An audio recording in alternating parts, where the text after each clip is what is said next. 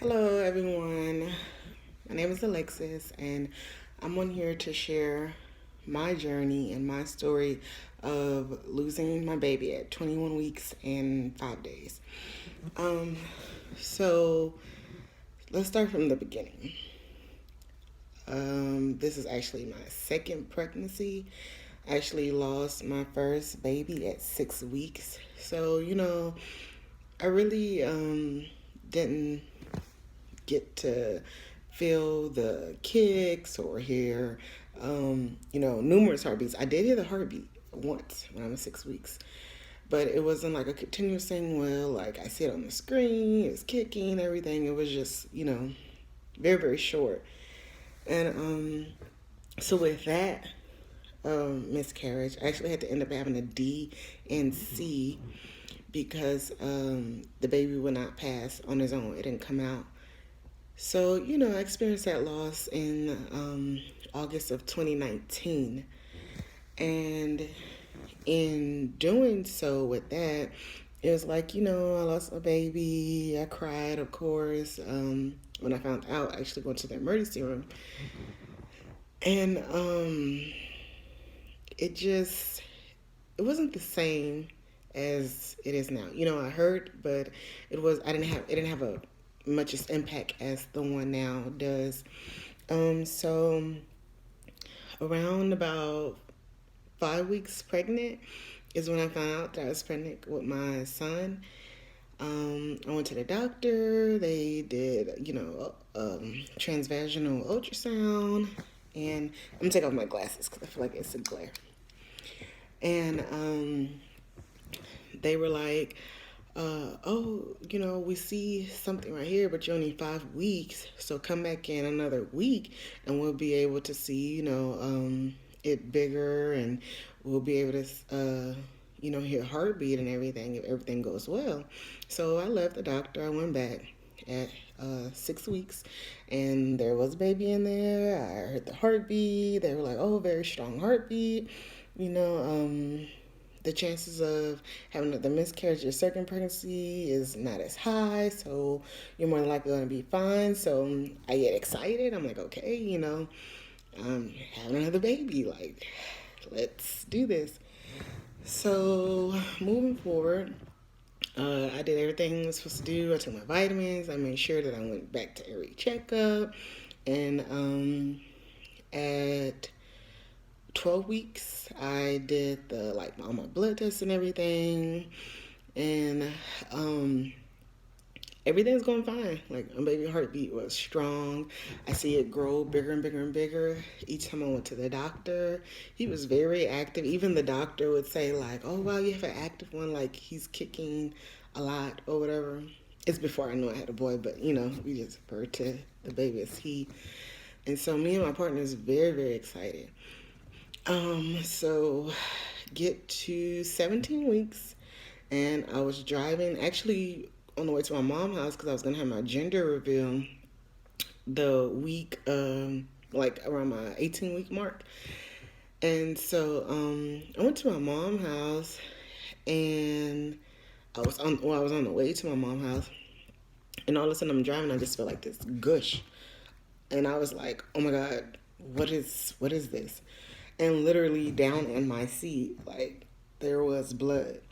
So I was like, "Oh my god, I'm bleeding." So I immediately like called my partner. He was at work. He was like, "Just go to the nearest hospital." So I turned around, went to the nearest hospital. I get there. So like in emergency, I'm like, "Hey, I'm 17 weeks pregnant. I'm bleeding. I need help." So they immediately took me to the back, and they started IVs. They started running all these tests. They did a transvaginal ultrasound. And, by that time, my partner had arrived at the hospital, and we're sitting there and we're like, what's going on? Like, this can't be happening at 17 weeks. They told me I was out of the, clear for not to have a miscarriage. So I'm thinking everything's going to go fine. And so the doctor comes in and basically says, "Oh, your cervix is starting to open, and you're gonna have a possibly miscarriage." He said, we don't admit you to the hospital.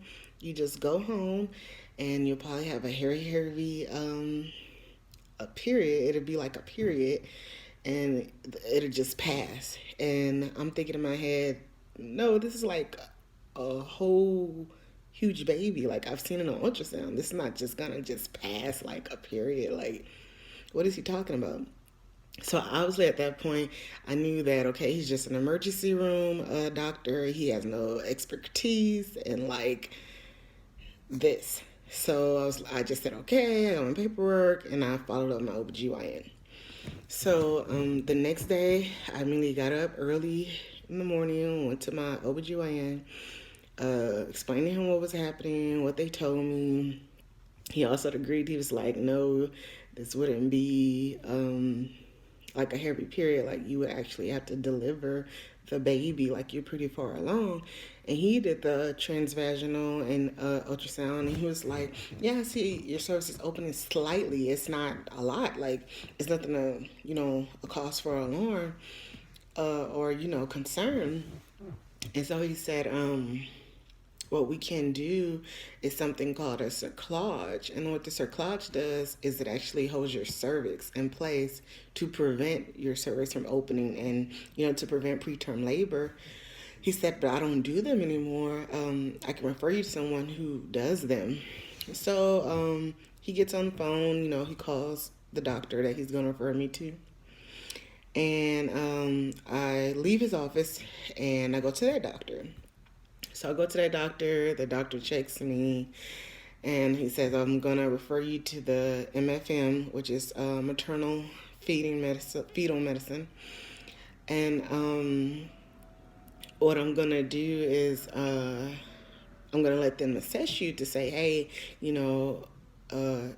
you can get the cerclage and start progesterone shots, because the progesterone shots help your uterus not to contract. So the cerclage and progesterone shots goes like hand in hand. So we left there. I'm thinking, okay, this is something that's going to be like immediate action. No.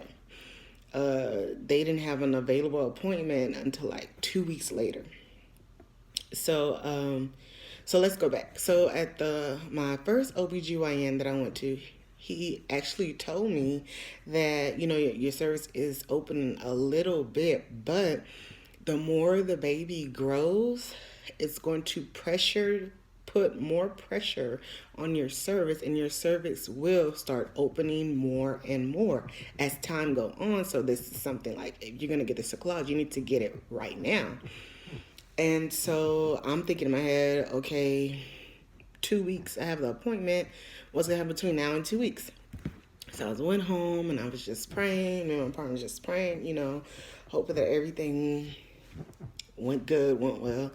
So this was in like maybe the end of the week of October that we went to the MFM doctor, because my gender reveal was going to be November 7th. So we go to the doctor, MFM, finally went to the appointment. Everything's going fine with me. I had no more bleeding, no more anything. And I go there, they do my ultrasound, they look at the baby, they're like, baby's growing good, baby looks healthy, everything. And so we go back, we have our talk with the doctor or whatever. And the doctor says, we don't see anything wrong with your cervix. She's like, normally I see the cervix is completely open and, it's like, we're going to have to deliver the baby. She's like, there's nothing wrong with your cervix at all. Like, I see nothing. She's like, so, the bleeding was probably caused by a blood clot in my uterus. Because she said she actually seen it on ultrasound that I had a blood clot in my uterus. And she said what it was doing, it was passing. She was like, so if you start bleeding again, don't worry about it. It's just a blood clot coming out. So we're thinking, oh my God, okay, this is great news. So she said, but, come back in. I'm going to schedule you to come back in for 2 more weeks. I won't be here. It'll be another doctor here, and he may have a total different opinion. So I said, well, why would he have a total different opinion than you? And you're telling me right now my cervix is completely okay. She's like, oh, we just all see things differently. And I was like, well, if your cervix is one way today, how is that going to change? And she's like, no, you'll be fine. You'll be fine. So we're like, okay. So we leave there. We have a gender reveal. Found out it was a boy, and it actually, the great thing about it was this is going to be the first male born in 30 years since my partner was born. So this is like very, very huge for his family. It was like my baby was making history. So everyone was like excited to the max. And so we had the gender reveal, everything's going fine. Nothing's, come up or anything like that. So then the 2 weeks pass and it's time for me to go back to the MFM doctor. So we go back there to MFM. They check me with the transvaginal ultrasound, and he's like, "You're not having contractions or pain, anything?" And I say, "No, what makes you say that?" And he says, "Because like I don't even see your cervix on the screen, on the ultrasound screen, like it's nothing there." And he was like, "I'm very, very surprised you're not having contractions, like because you're going into like preterm labor." And I said, "No, I feel nothing." And I didn't. I felt no contractions, no anything. I had no idea my cervix was completely open at that point. He said, "Yeah, you need to, I'm going to call your OBGYN. You need to go over there right away." So me and my partner's like, "Oh my God, what is going on?" We rush to OBGYN, and I go in there. He checks my cervix, and it hurted so bad when he checked me. Like, I was like, "Oh my God, I've never felt this pain before." And I actually told that to him.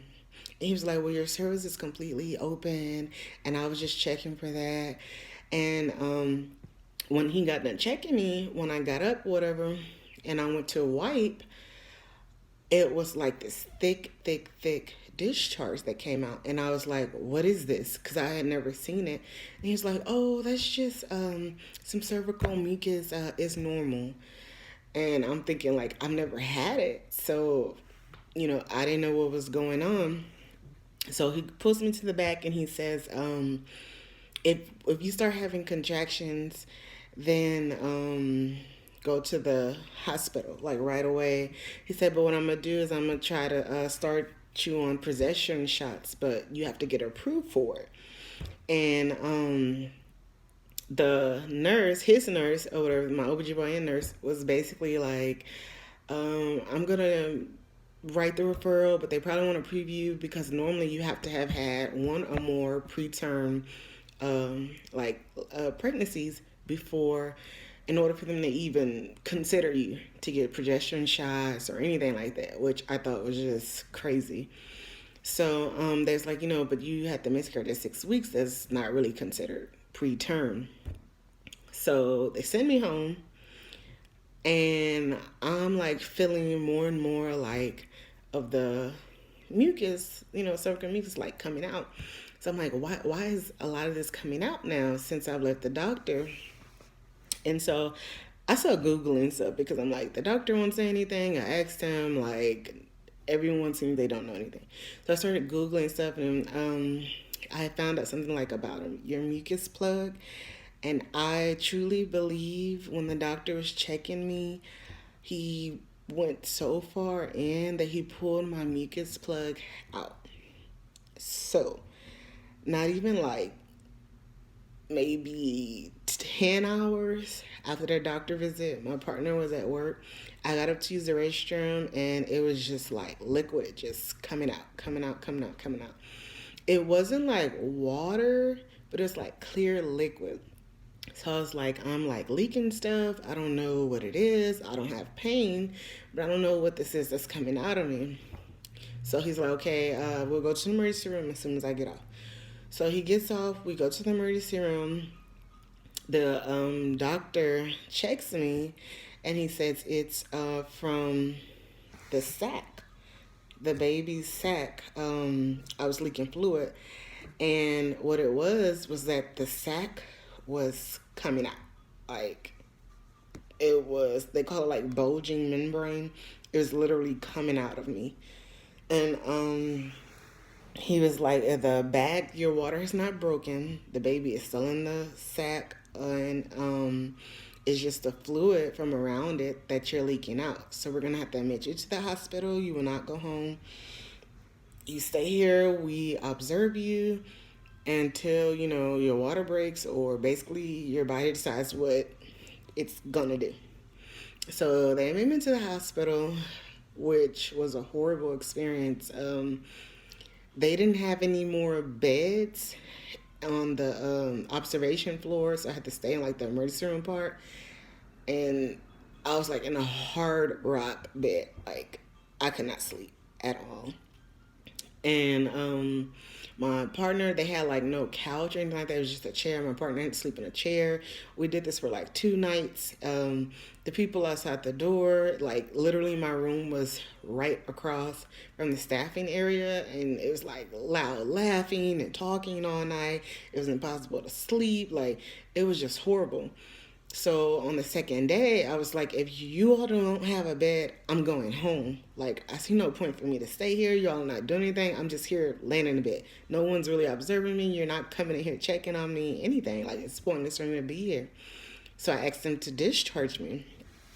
So in the process of them discharging me, there was a doctor, Dr. Gandhi, came in, and she very, very, very good doctor, good doctor. She was like, well, you're 20 weeks. You want to make it to 24 weeks for viability for the baby.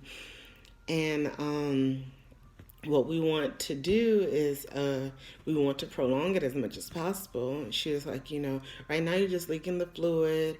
You're going to have to sign a paper that you're being discharged, at your own risk, because we would like you to stay here. But I expressed to them how uncomfortable I was.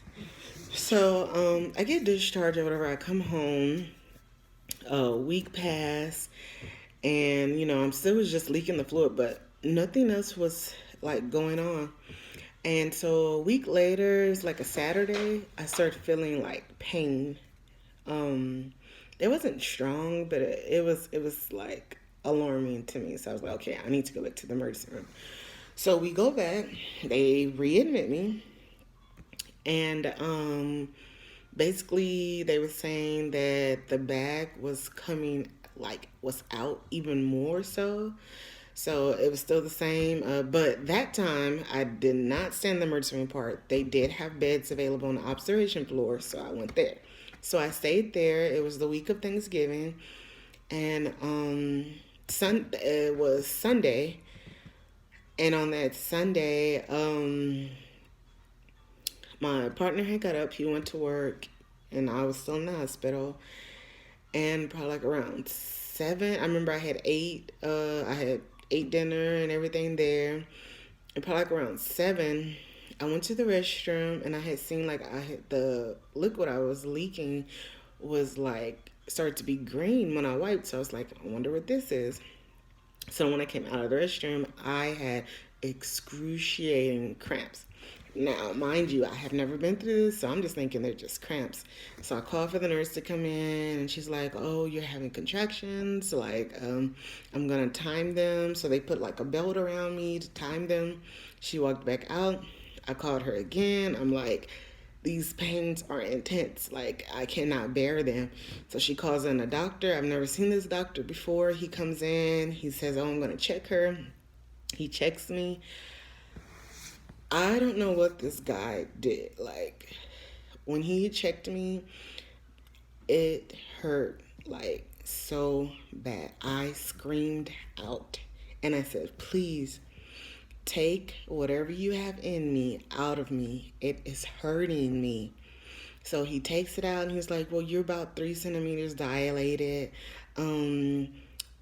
We're just gonna continue to observe you." And he walks out. So I called him back again, because not even literally 3 seconds he walked out of the room, a gush of blood came out, and I started bleeding. I called them back again. I said, "I'm bleeding." They opened my legs. They were like, "We're gonna move her to labor and delivery." I don't know what happened from him checking me. I started bleeding. I don't know. So they moved me up to labor delivery. At this time, my contractions are coming strong. Like, I call my partner. He's like, hey, I'm on my way. Just try to hold on. Then went to labor and delivery. And the nurse actually gave me a tramadol. And I didn't even like realize that, okay, it's a tramadol. I just wanted something for my pain. So I took that. And then that's when they were like, what, did you want to get an epidural? And I was like, at this point, yes, like, I want it. Like, the pain was like none other. So they gave me, my partner was there by then. They told me he had to step out or whatever so they could do the epidural. So they put that, they gave me that. They put that in me. And basically, the OBGYN came in. My doctor finally arrived. And he basically was like, we're just going to wait and see what happens because your water still hasn't broken. We're not going to break it, and I'm not going to let anyone check you again because I don't want to. I want to prevent infection. So Monday comes, and some other doctor comes in who works at my OBGYN, and they started telling me all these negative things. Oh, you're only 21 weeks. We do nothing to try to save the baby. Um, we're gonna have the chaplain come in and speak to you. And, we don't even have the people from NICU come in at this point. And I'm like, so because my baby's 21 weeks, and let's say if he comes out, he's breathing, you're just gonna allow him to die and not even try to intervene? We don't do anything here. Like, he was just talking very, very rudely to me. So at that point, I'm crying. I'm like, if I could, I would transfer hospitals. Like, you all are not even going to try to do anything to like try to save my baby just because of the week number. Like, it's insane to me. Give the baby a chance at least. So the patient advocate comes in, I speak to her, and I had refused to speak to the chaplain. I didn't want them to come in, like, at all. And they still had a chaplain come in my room, and she was just speaking negative also. And I basically was like, I'm done with this hospital. Like, everyone's here rude, they're not even like trying to say that this is what we'll do. So I spoke with someone from the NICU team, and she was like, well, you're already going to be 21 weeks in 5 days, and at 22 weeks is actually when we would intervene. She's like, so I'm going to speak to my higher up, and she said, we are going to do everything we can possibly to try to save your child. And so she said that. And it was just a lot of back and forth. No one really knew what they were talking about. You had one person saying one thing, one person saying another thing. You had my doctor coming in acting clueless, like he had no clue what was going on. And it was just crazy that you had them giving me blood thinners, a blood thinner shot to prevent blood clots. And then my doctor came in and said, they gave you a blood thinner? They're not supposed to do it while you have the epidural in. And it's like, well, they already did it. So, it was just one thing after the other. It was just crazy stuff with the doctors. And even the doctor that had actually checked me the night before, I refused for him to come back in my room. I told them to please, do not let him come back in my room. Because I don't know what he did to me. I was in excruciating pain. That's when I started bleeding, So the 3 days passed, and my water still, haven't broken. I'm still just there in the bed with my epidural. And the doctor who works with my OB/GYN comes and said, oh, you're still here? Like, surprised that I was still in there. And I was like, where else am I supposed to be? And I was like, you all are just the rudest people here at this hospital. Like, it's ridiculous. So, at 7 o'clock, the 7 o'clock nurse came in on that Wednesday, and she checked the baby's heart rate and everything. And because of the uh, week or whatever that I was, like 21 weeks, they don't put a heart rate monitor on you. So they just check it like every shift. So like every 12 hours, they'll check the heartbeat. So the 7 o'clock lady came and she checked it. The baby heartbeat was strong and everything. So then the 7 p.m. nurse came in. She was trying to check. She couldn't find a heartbeat. She even had me like to hold my breath for a second. She's like, I'm just trying to make sure that like this is not your heartbeat that I'm hearing. She's like, 'cause I can't find it. So she was like, okay, I'm gonna have these people come in to do the ultrasound to make sure that seeing and hearing things correctly. So she had the people come in. The people were like, well, unfortunately, we don't see a heartbeat, and it's always those unfortunately. And it was just like, okay, what happened? Like, how did my son pass away? And so the lady's like, okay, we're gonna stop your epidural right now. We're gonna stop all your IVs and stuff you have going in. We're gonna start the Pitocin or whatever to, I guess, to start making me contract. Which, come to find out, I didn't even need that. So, like around 11, swarm of people come in, started prepping or whatever. So like 4 hours that passed by. And but then I had my sister there, my partner there. I had actually I had two of my sisters there, and my mother-in-law was also there. And because of COVID, they were only allowing two people in the room, so they kept swapping out. And at this point, I didn't cry or anything because I was more still like shocked, like what happened? How did my son have a perfect, heartbeat this morning, and 12 hours later it's gone? I was like, what happened? And nobody could say what happened. They was just like, would you like an autopsy done? I was like, yes, I want an autopsy because I need to know like what happened to my baby. And I had to deliver. And literally one push, he came out. He was not in a sack or anything. Like, so at some point my water did break. When? I don't know. They don't know because no one had checked me since that Sunday. And so they took him over, whatever. They still had me pushing because I had to get like the placenta out, and it was actually having a hard time getting it out. And I was still there, like in like shock. So I still wasn't crying, anything. Like it still haven't registered to me yet that like my baby was gone. So they took the placenta out, everything. They gave me some pills to like stop blood clotting or whatever that I had to hold in my mouth. So I did that, and I actually had a very, very bad reaction to the pills.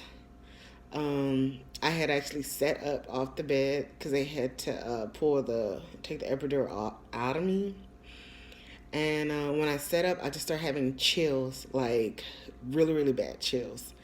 And I was shivering and shaking, and like a swarm of nurses had to come in. They put like at least 20 blankets on me from like head to toe, covered me up. And all I know is like it looked like everything was going dim. And in my head I was just thinking, oh my God, I'm about to like die. Like everything is dimming on me. I feel lightheaded.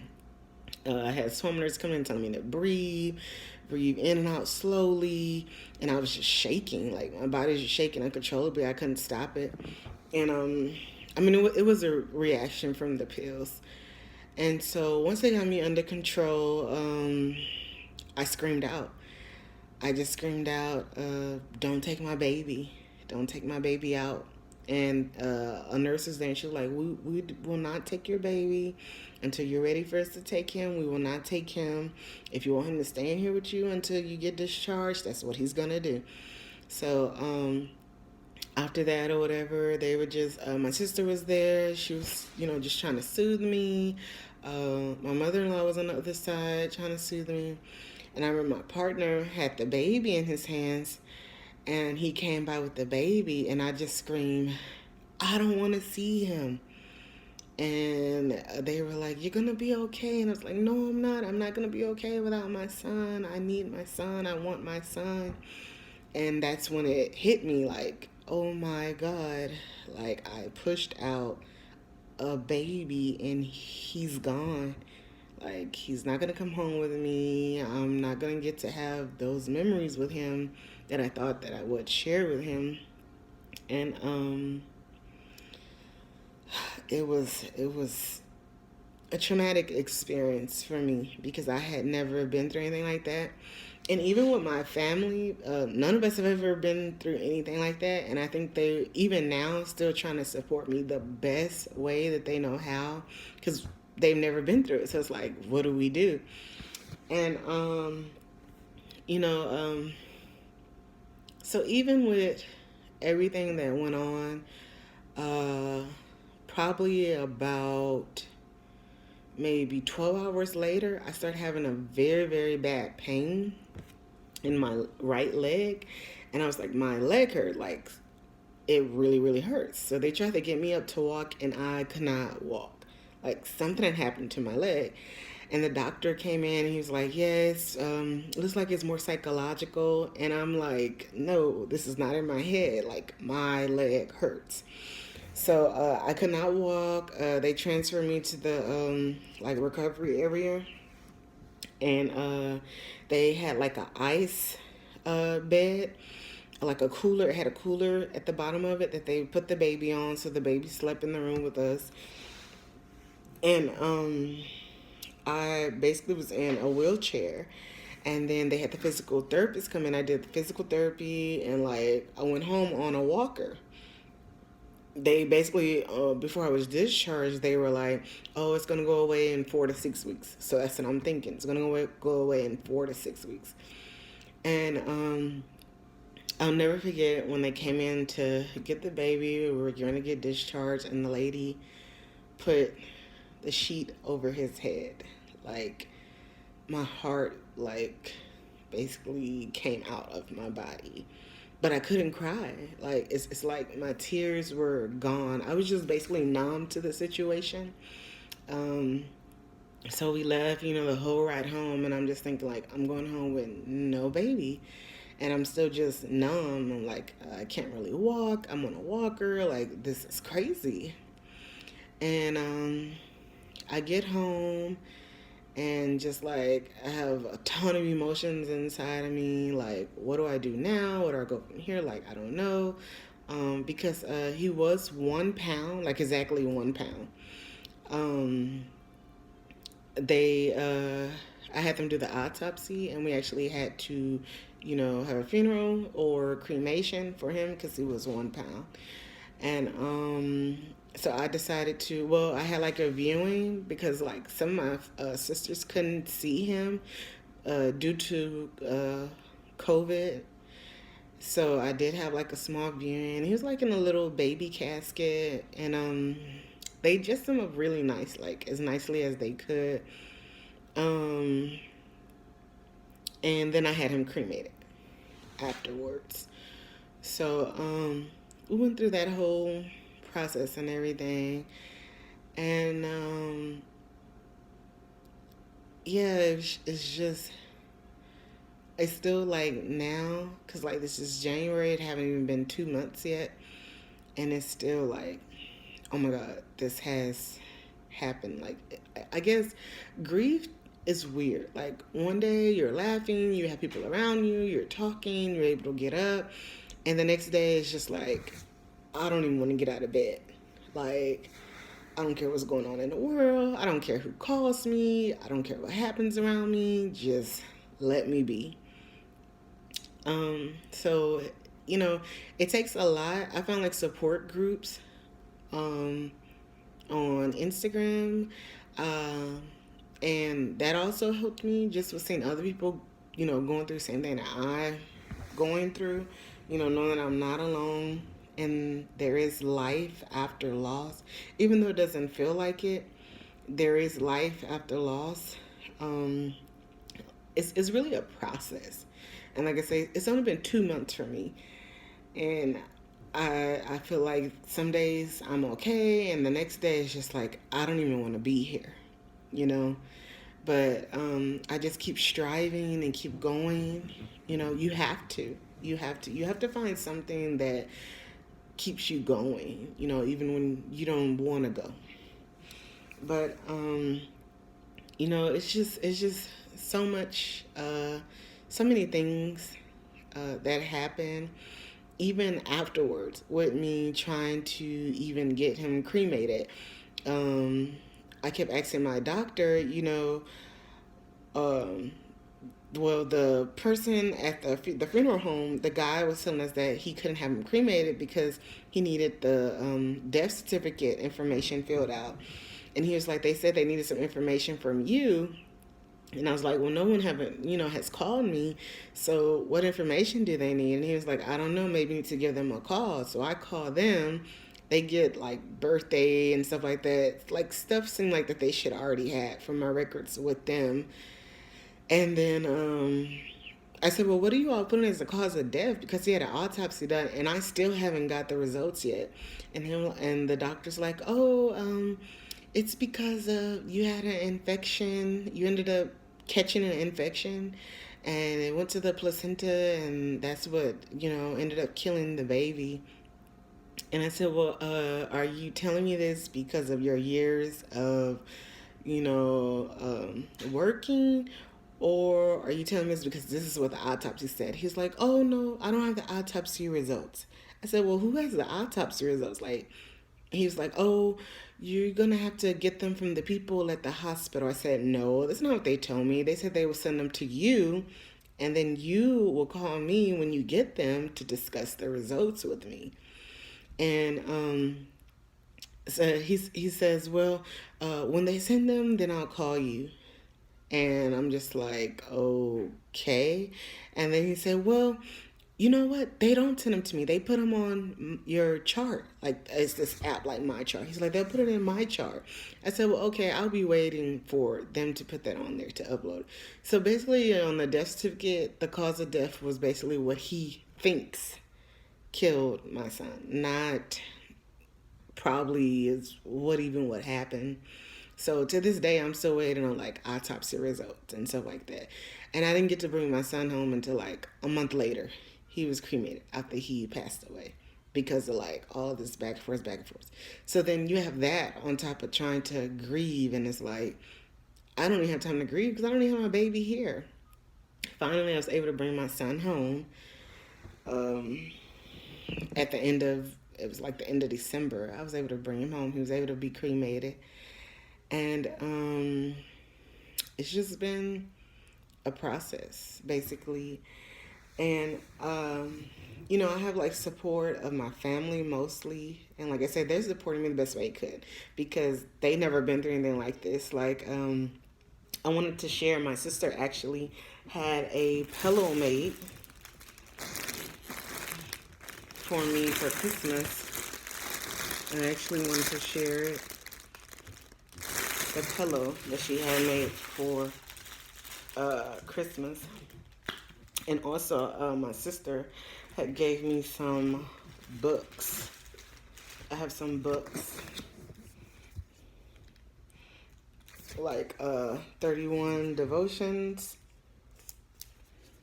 And it's like, this really, really helps me out.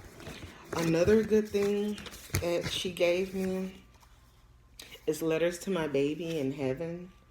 And this has like really, really helped me. Like I've written in this so much. Like just writing to my baby, it eases a lot. And then you have like an angel book.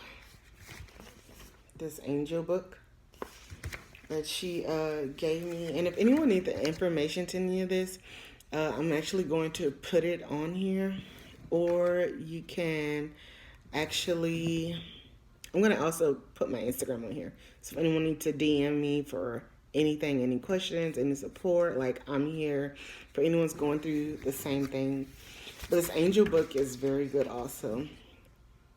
Like it on here, it says like, how did I feel when I was pregnant? Who did I tell?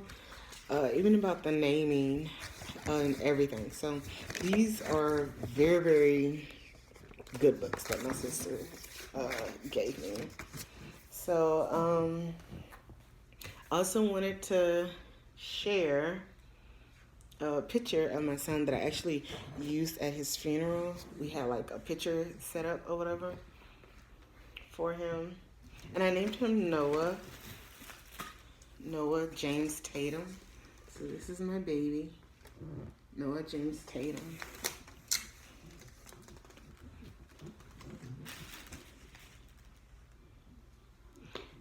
And I wanted to share his little small urn.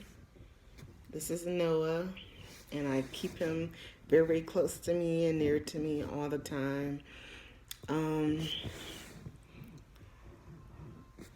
Yeah, this is like, it's crazy that I'm holding my son in ashes and not physically holding him. But, it gets better. And just everyone keep praying for me. And I hope that my story helps someone out there. And like I said, if anyone needs support or help or just someone to talk to, I'm actually going to put my information on here. And feel free to reach out to me because there is life after loss. And if you need help, I'm here for you.